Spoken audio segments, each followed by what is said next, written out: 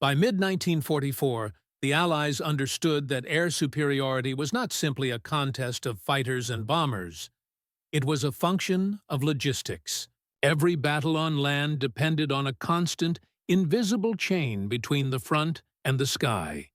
For every pilot who lifted off, 100 engineers, drivers, and mechanics worked behind him. And nowhere was that system more brutally efficient than in the fields of Normandy and northern France. When American armor pushed inland, engineers were ordered to move with them. Their directive was clear: stay within 30 miles of the front, no matter what. That meant while infantry fought through hedgerows, construction crews were already clearing the next pasture for a runway. Bulldozers advanced almost as soon as the tanks did. In some cases, they were the first machines the enemy saw after retreating. Iron beasts dragging steel mats into position before the gun smoke had cleared. Tactically, this mobility shattered the old rhythm of German planning. Luftwaffe officers relied on static maps, expecting Allied aircraft to operate from England or a few established French bases. They were wrong. Within days of a breakthrough, fighters could appear from new directions, their home fields seemingly conjured from nowhere. Every new strip changed the geometry of war. The Germans had always fought with precision, but now they were fighting against momentum. Tactics won time, technology multiplied it.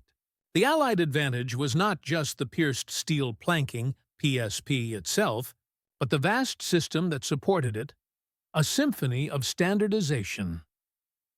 Each PSP runway followed a universal design: graded soil foundation, drainage ditches, steel matting, and portable lighting. The entire kit could be shipped in sections, assembled by men who had memorized every step through endless drills. Engineers often joked that they could build blindfolded, and under blackout, they nearly did. The mats were loaded onto trucks in pre-counted stacks, each labeled for 1,000 square feet of surface. When a new site was chosen, surveyors marked the outline with white tape, while dozers leveled the terrain. Then, mat layers moved in columns, hammering and locking the steel in rhythmic strikes. Clang, clang, lock, step forward. The sound of American progress was not the boom of artillery, but the metallic heartbeat of steel on earth. In bad weather, they adapted. When rain turned sites to swamps, engineers used crushed rock, logs, or even debris from destroyed villages as base fill. The flexibility of PSP made such improvisation possible. Where the Germans needed concrete, the Americans needed only imagination. Equally important were the portable fuel systems. Using collapsible rubber pipelines and mobile storage bladders, engineers could refuel squadrons in fields that had never known electricity before. Entire maintenance crews worked from truck-mounted workshops, mobile hangars on wheels.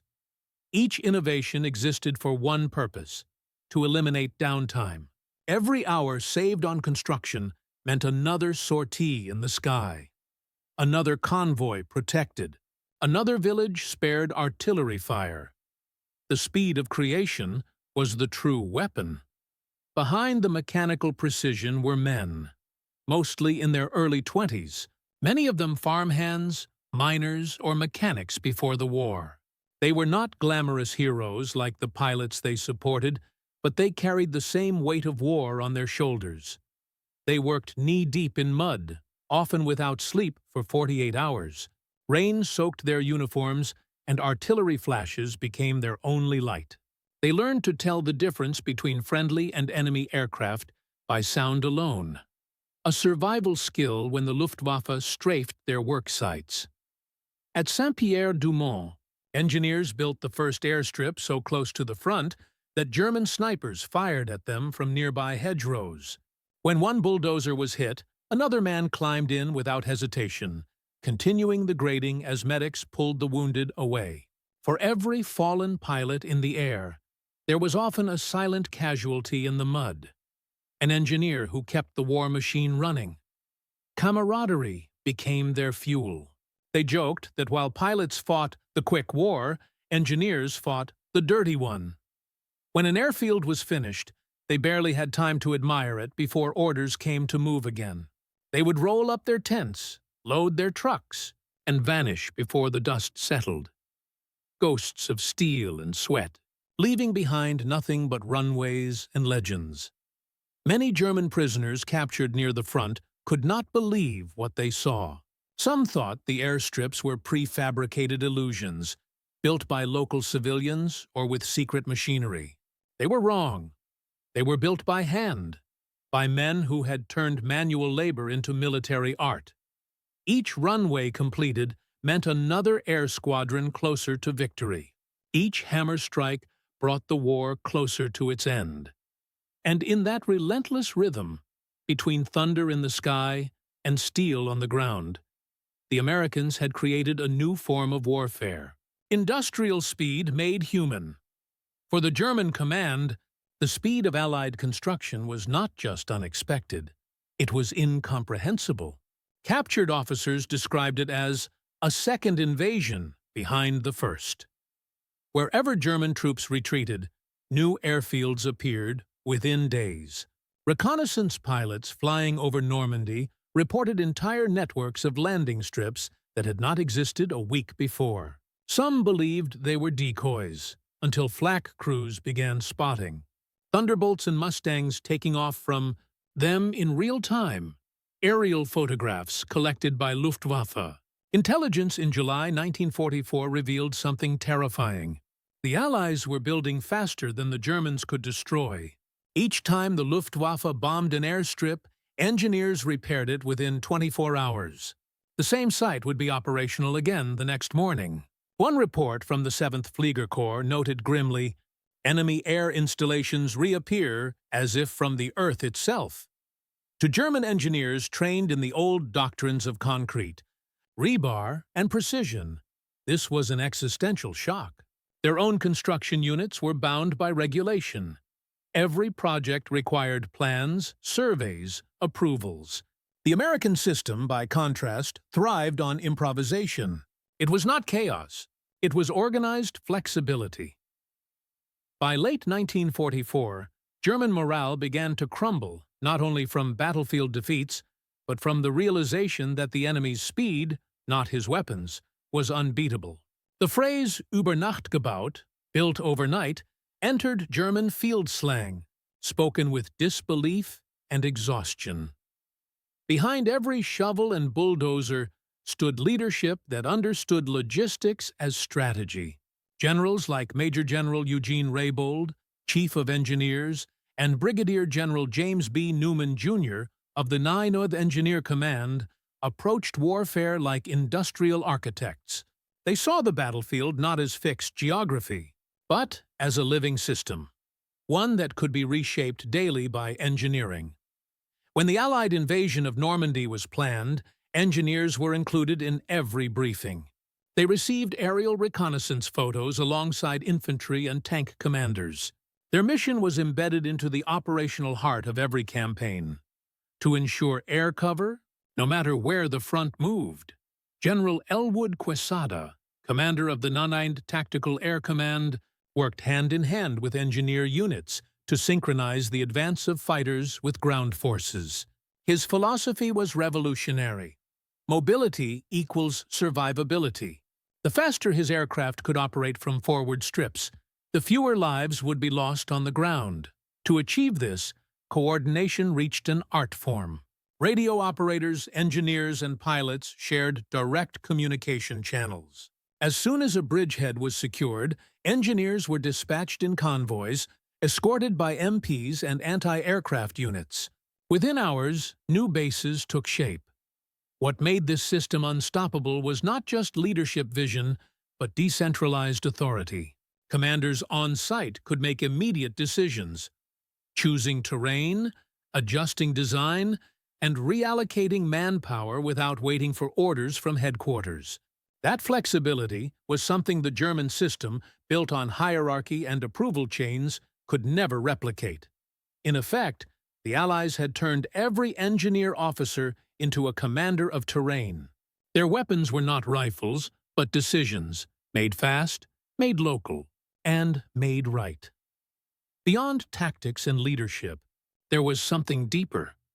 A moral shockwave that rippled through soldiers on both sides. The sight of Americans transforming destruction into functionality overnight carried an almost spiritual weight. To Allied soldiers, it was hope made tangible. After days of mud, blood, and exhaustion, watching a squadron take off from a runway that hadn't existed the morning before felt miraculous. It meant progress, proof that the chaos could be mastered, that order could be rebuilt from ruin. To the Germans, it was the opposite, a vision of despair. They had been taught that the Allies were slow, dependent on supply lines, clumsy in logistics. But the war in 1944 proved otherwise. The Americans were not just numerous, they were efficient. Their strength was not in brute force, but in the rhythm of production, in the relentless will to move forward. A Luftwaffe intelligence summary dated September 1944 lamented, "They build with machines, not men. Their industry is an army unto itself." That sentence captured the fear perfectly. The German war machine had long believed in the superiority of the individual engineer, the master craftsman. But the Americans had replaced craftsmanship with coordination. And it worked. Even civilians noticed. French villagers recalled the sight of engineers arriving in columns of trucks, transforming craters into smooth runways in less than 2 days. For many, it became a symbol of liberation, proof that the invaders who destroyed would also rebuild. Morally, the contrast was stark. The Germans had brought concrete and command. The Americans brought flexibility and renewal. One built fortresses, the other built futures. And in the quiet moments after the dust settled, when German officers inspected captured Allied airfields, many were moved not by rage, but by awe. It was said that some engineers, hardened by years of war, stood silent at the edge of those steel mats, staring at what their enemy had achieved, and whispered, "We could never have done this." The invasion of Normandy on June 6, 1944, was not only a storm of soldiers and steel, it was a race against time. For the Allies, victory on the beaches meant little unless they could dominate the skies from those beaches within days. Every minute the fighters had to fly from England cost fuel, range, and lives. Commanders knew that without forward airfields on French soil, the invasion could stall before it began. That responsibility fell on the shoulders of the 9th Engineer Command, the silent army of builders who landed right behind the first assault waves. Their first mission, construct an airfield capable of handling P-47, Thunderbolts and C-47 transports within 48 hours of the initial landings. The chosen site lay near Saint-Pierre-du-Mont, just inland from Omaha Beach, an area still within reach of German artillery. The terrain was brutal. Hedgerows, uneven slopes, and fields churned into mud by days of bombing and shell fire. When the 1st Engineer Battalions arrived on June 7th, the air reeked of cordite and smoke. Dead livestock littered the fields. Craters pocked every stretch of ground. Yet within minutes of arrival, they began to work. The 820th Engineer Aviation Battalion took the lead. They had landed their equipment under fire. Bulldozers and graders coated with seawater, many engines waterlogged. Mechanics worked on the sand, tearing out spark plugs and draining oil while mortars thudded in the distance. There was no time for ceremony. Every hour lost meant more Allied troops exposed without air cover.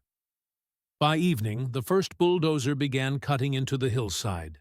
Its operator, Private Joseph Red Vickers, recalled later, "You didn't think about the noise or the shells.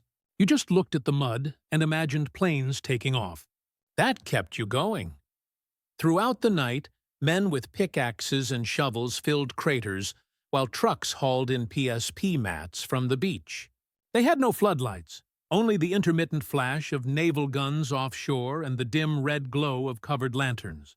The metallic clanging of hammers became the rhythm of the night, echoing across the coast like a second invasion. By dawn on June the 8th, a rough strip of 3,600 feet had taken shape. The ground still steamed from moisture and heat.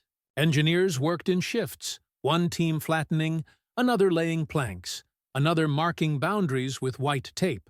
Mud coated every uniform. Faces were blackened with smoke. Commanders paced along the half-finished runway, urging speed, but demanding safety. The field had to hold the weight of a fully loaded P-47, 35,000 pounds of steel and fuel. At 1100 hours, the first test aircraft circled overhead. A reconnaissance P-47 from the 368th Fighter Group. The pilot waggled his wings, lined up on the shimmering steel path below, and descended. Dust rose as wheels touched down, sparks flying from the still wet matting. The plane bounced once, twice, then rolled to a halt. The engineers erupted in cheers, waving their helmets in the air. ALGA-1 was operational. It had taken 48 hours. 2 days earlier, the site had been farmland and cratered wasteland. Now it was the first Allied airfield on French soil. Within the next 24 hours, dozens of fighters began landing, some still bearing mud from English bases. Maintenance crews rushed to refuel, rearm, and send them back into the fight. The rhythm was relentless: land, load, launch. A field that had not existed 72 hours earlier was now dispatching air cover over Normandy. But the miracle came at a cost. German artillery still probed the coastline. Several times, shells fell within a few hundred yards of the engineers. A bulldozer was hit and burned through the night, its frame still glowing red by morning. Yet the crews never halted. They dragged wreckage aside and kept building. In one instance, an unexploded shell landed near a stack of PSP mats. A sergeant ordered everyone back, except 2 men who calmly lifted the shell, carried it to a ditch, and buried it under wet soil. They went back to work as if nothing had happened. The courage was quiet, uncelebrated. There were no medals for finishing a runway early, only another site waiting beyond the horizon. But commanders took notice. The speed of construction at Saint-Pierre-du-Mont astonished even senior Allied planners. Within days, more battalions were ordered to replicate the feat across Normandy. ALGA-1 became the blueprint for all that followed. More than just a runway, it was a symbol. Proof that the Allies could create order faster than the enemy could destroy it. American war correspondents described it as an airfield born from the sea. Pilots who landed there felt an almost spiritual relief. They could see the beaches they had crossed, now defended by their own aircraft flying from French soil. For the German commanders monitoring the invasion, the shock was immediate. Reconnaissance photos taken on June 8th showed a steel runway where only mud had been the day before. Reports rushed up the chain of command in disbelief. The term Baustelle der Wunder, construction site of miracles, began circulating among Wehrmacht officers. It was here, at Saint-Pierre-du-Mont, that the legend of overnight airfields truly began. And it would only grow larger as the Allied armies broke out of Normandy and surged across France, with engineers racing ahead, turning open fields into fortresses of steel. The success of ALGA-1 was not a single event. It was the turning of a tide. It proved that American engineering could match and outpace any military obstacle the Germans could build. And as the front lines moved east, the challenge would only intensify, to keep building faster, farther, and under greater pressure than ever before. The success of ALGA-1 ignited a chain reaction across Western Europe. What began as one desperate construction project soon became a continent-wide operation, a rolling wave of airfields advancing with the Allied armies. By mid-July 1944, the Niebuhr Engineer Command had become one of the most mobile forces in military history. Its battalions no longer waited for orders. They anticipated them. Every new breakthrough on the map triggered a rapid, almost automatic response. Survey teams moved out. Bulldozers followed. Trucks carrying PSP mats rumbled through hedgerows under camouflage nets. The engineers' unofficial motto became, "If the troops can march there, planes should fly there." As Operation Cobra shattered the German lines at St. Lo, Allied forces poured eastward. The engineers moved with them, constructing, dismantling, and rebuilding airfields in rhythm with the ground war. Within 2 weeks, dozens of advanced landing grounds, ALGs, were operational across Normandy and Brittany. Each bore a simple alphanumeric code, A2, A3, A4, designations that marked not towns, but speed. Some airfields lasted only 10 days before being abandoned as the front advanced too quickly. The engineers simply packed up their mats, loaded the trucks, and drove forward to start again. Every runway built meant another target reached. Another fighter refueled closer to Germany. By the end of August, as Paris was liberated, more than 120 new airfields dotted France, each one a logistical masterpiece. Some were built on former German sites, others carved from farmland still strewn with wreckage. The German army, accustomed to static warfare, had never faced an enemy that could build its own geography as it advanced. The Luftwaffe, once feared for its reach, found itself grounded. Its aircraft had to retreat to longer permanent bases deeper within Germany. Meanwhile, Allied fighters and bombers appeared daily from newly minted strips, operating within striking distance of every retreating column. The pace became surreal. In 1 week alone, the 850th Engineer Aviation Battalion constructed 3 operational airfields, each taking less than 72 hours. Engineers often joked that they no longer traveled through France. They were paving it. Behind this momentum was an invisible machine of coordination and supply. Cargo ships from the United States unloaded steel mats by the thousands at ports like Cherbourg and Le Havre. Railroad lines were repaired within days to deliver supplies inland. Fuel depots, maintenance trucks, and mobile workshops formed the arteries of a living organism that seemed to grow with the advance. Communication was instantaneous for its time. Each battalion reported its progress through radio to the 90th Engineer Command Headquarters, which reassigned resources dynamically. A shortage of gravel in one region would trigger a convoy from another within hours. Bulldozers broken by shrapnel were replaced the same day from mobile repair units traveling behind the front. To the soldiers who witnessed it, the system seemed almost supernatural. It was not just about materials, it was about mindset. Every man in the chain, from factory worker in Detroit to truck driver in Normandy, knew that time was the real weapon. American commanders measured progress not in miles conquered, but in runways completed per week. By September 1944, that number reached a staggering peak: 1 new airfield every 36 hours. August 1944, northern France. The warfront breathes smoke and thunder. The sun rises over fields torn by artillery, and the ground still trembles with the memory of tanks. In the gray dawn, a group of German officers stands at the edge of a meadow that, only yesterday, was nothing but mud, shell holes, and wreckage. Now, it is an airfield. Floodlights flicker over a fresh runway of interlocked steel planks, stretching toward the horizon. American bulldozers idle nearby, their engines hissing like beasts at rest. Men in dusty uniforms move with mechanical rhythm, driving spikes, aligning planks, waving to C-47s already landing. The smell of oil, sweat, and damp earth fills the air. One officer removes his cap slowly. His eyes track the landing of a Thunderbolt fighter, its wheels kissing the brand-new surface. He whispers to his aide, almost in disbelief, "Das ist unmöglich."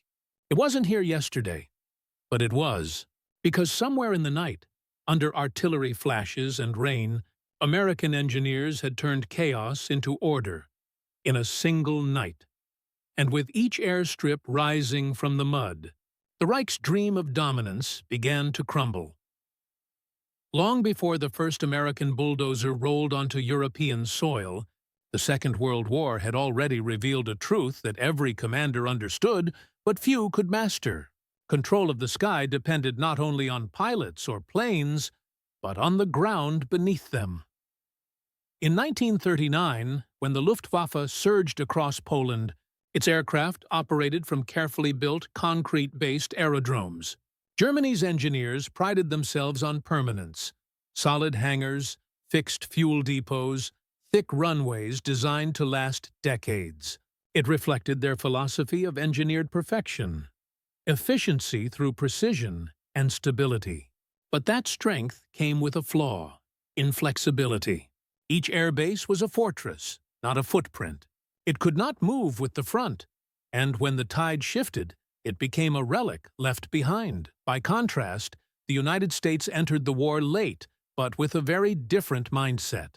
America's global reach demanded mobility, an ability to build, move, and rebuild faster than the enemy could react. By 1941, planners inside the U.S. Army Air Forces and the Army Corps of Engineers were already asking a question no other nation had dared to ask.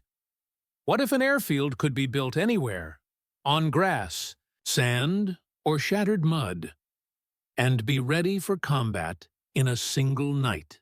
This question shaped the entire Allied air strategy. In North Africa, 1942, the first experiments began. Under blistering heat and German bombing raids, American aviation engineers tested temporary runways made of compacted earth and pierced steel planking, known as PSP, or Marston mat. Each plank was a sheet of pressed steel, with thousands of holes punched through it to reduce weight and allow drainage.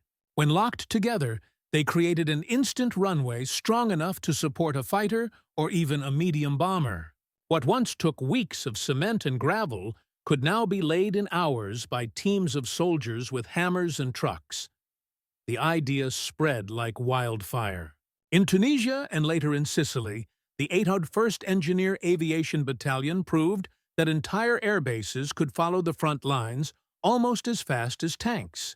Where German engineers still relied on rigid pre-war designs, Americans were rewriting the rulebook, turning logistics into a weapon. By the time of the Normandy landings in June 1944, this doctrine had matured into a fully industrialized system. Behind the beaches waited the 9th Engineer Command, a specialized force of over 50,000 men divided into more than 30 battalions. Their mission was simple and brutal. Wherever the airmen needed to fly, they would build, no matter the conditions. No matter the losses, they carried everything with them: bulldozers, graders, fuel trucks, and mountains of PSP mats shipped from factories across the Atlantic. Each engineer battalion functioned like a mobile construction company fused with a combat unit. When German artillery shelled their positions, they worked through the night under blackout tarps. When rain flooded their sites, they dug trenches by hand. Within hours after the first beachheads were secured, bulldozers were already carving flat strips from French farmland. This wasn't improvisation. It was preparation born from years of training and logistical foresight. American planners had calculated that air support would need to move every few days as the ground forces advanced. That meant hundreds of advanced landing grounds, ALGs, temporary airfields spaced roughly 30 to 40 miles apart, each able to handle fighters, reconnaissance planes, and supply transports. While the German High Command boasted about Messerschmitts and V-weapons, American generals quietly boasted about something far more decisive: the ability to make an airfield out of mud. Each new ALG was a message written in steel, that Allied air power could materialize anywhere, at any time. And for every hour the engineers saved, the pilots gained another hour to dominate the skies.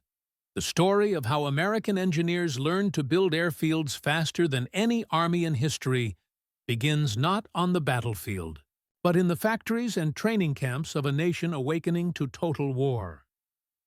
When the United States entered the conflict in 1941, its military engineering capabilities were vast but scattered. The U.S. Army Corps of Engineers, long accustomed to building dams, roads, and bridges, now faced a challenge of speed, to make mobility itself a weapon. From this demand came a new kind of soldier, the aviation engineer. Trained to fight with shovels as much as with rifles, these men were organized into specialized engineer aviation battalions, EABs.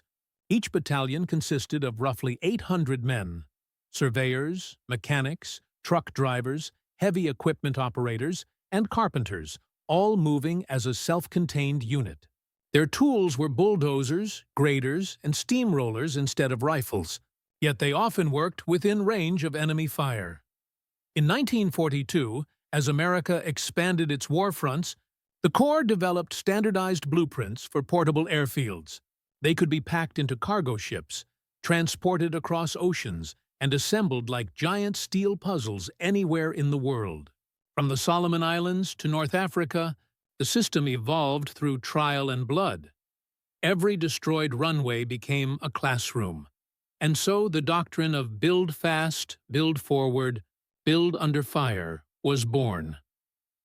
At the heart of this transformation was pierced steel planking, PSP, the unsung hero of Allied mobility. Manufactured by American industry at a staggering scale, each 10-foot-long steel sheet weighed about 66 pounds. More than 700 million square feet were produced during the war. The planks interlocked edge to edge, creating a flexible surface that could withstand mud, rain, and thousands of landings. To the untrained eye, it was just metal. To the engineers, it was magic. The difference between grounded planes and air supremacy. But speed was more than a material advantage. It was a mindset. The U.S. Engineering Command turned efficiency into an art form. Operations were timed down to the minute. Reconnaissance teams scouted potential sites. Grading crews leveled ground. Mat layers followed, then fuel and maintenance units. By 1944, the system worked like an orchestra, synchronized by radio, discipline, and relentless training. To keep construction continuous, engineers worked in rotating shifts under portable floodlights. Rain or enemy fire didn't stop them. It only forced improvisation. One battalion near Carentan laid an entire runway using confiscated German vehicles after their own trucks were bogged in mud. Another in Belgium built an airstrip while shells fell less than half a mile away. Pilots took off before the paint had even dried on the runway markings. These feats were not isolated acts of courage. They were the result of logistics so vast they defied comprehension. Behind every airfield stood an empire of supply. Trains, ships, and depots funneling steel mats, fuel drums, and machine parts to Europe by the ton. Every bulldozer in France represented an assembly line in Detroit. Every hammer swing echoed from Pittsburgh's foundries. When the Allies landed in Normandy, this machinery of logistics was already humming.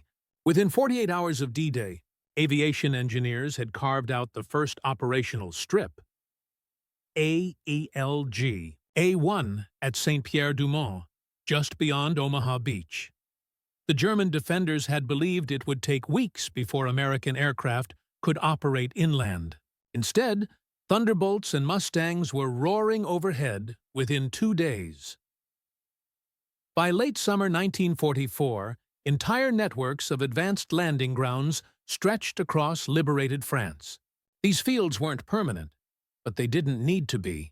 Their purpose was to follow the advance, to keep fighters and bombers close enough to strike while supply convoys raced behind.